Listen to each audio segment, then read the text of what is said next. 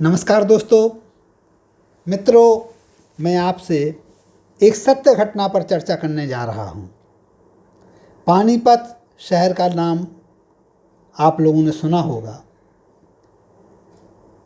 साथ ही साथ मध्य प्रदेश के कटनी का भी नाम सुना होगा।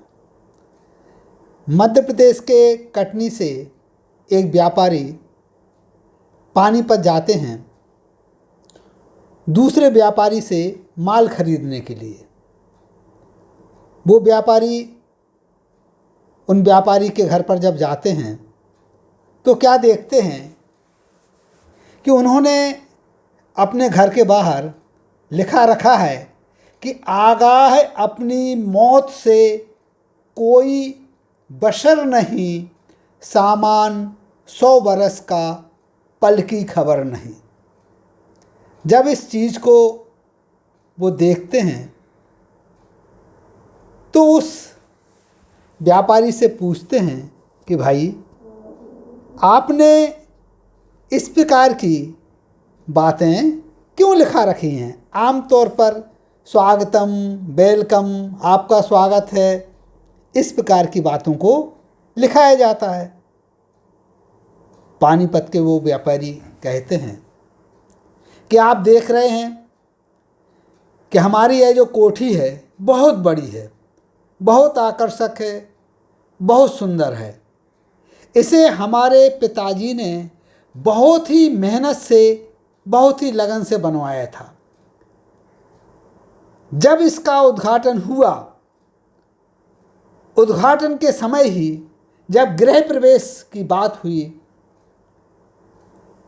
उस समय पिताजी का एक पैर अंदर और एक पैर बाहर। इस अवस्था में उन्होंने अपने प्राणों का त्याग कर दिया। जिस कोठी को बनवाने में उन्होंने दिन रात एक कर दिया, उस कोठी में वो एक दिन भी नहीं रह पाए।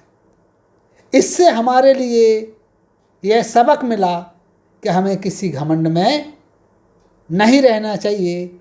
हमें इस सच्चाई से हर समय वाकिफ़ रहना चाहिए कि जो मृत्यु है कभी भी किसी को कहीं पर भी आ सकती है।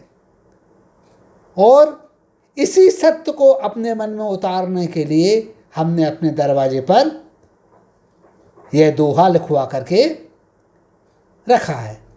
मित्रों, वास्तव में वर्तमान में हम जिन घटनाओं को देख रहे हैं, उनसे हम इस बात का सबक अच्छी तरह से ले सकते हैं।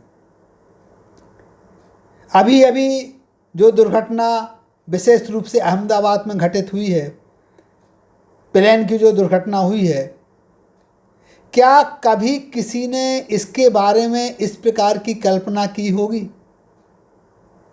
नहीं ना। लेकिन जो होना होता है, जिस समय होना होता है, उस समय वैसा हो करके ही रहता है। इसलिए हमें कभी भी किसी भी प्रकार के घमंड में नहीं रहना चाहिए। जब हम इस बात को जानते हैं कि हमारे साथ भी ऐसा हो सकता है, तो हमें निराश नहीं होना है, लेकिन हम इससे एक सबक लेकर के एक खुशनुमा ज़िंदगी अपनी गुजार सकते हैं। जितने दिन की ज़िंदगी है वह सद्कार्यों में लगा करके, ईमानदारी से व्यतीत करके, प्रसन्नतापूर्वक यदि हम गुजारेंगे, दूसरों को यदि हम खुशियाँ बांटेंगे, तो खुद भी खुश रहेंगे, प्रसन्न रहेंगे।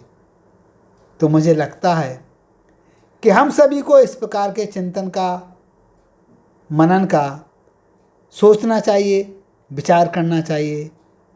इन्हीं भावनाओं के साथ नमस्कार, जय हिंद, जय भारत।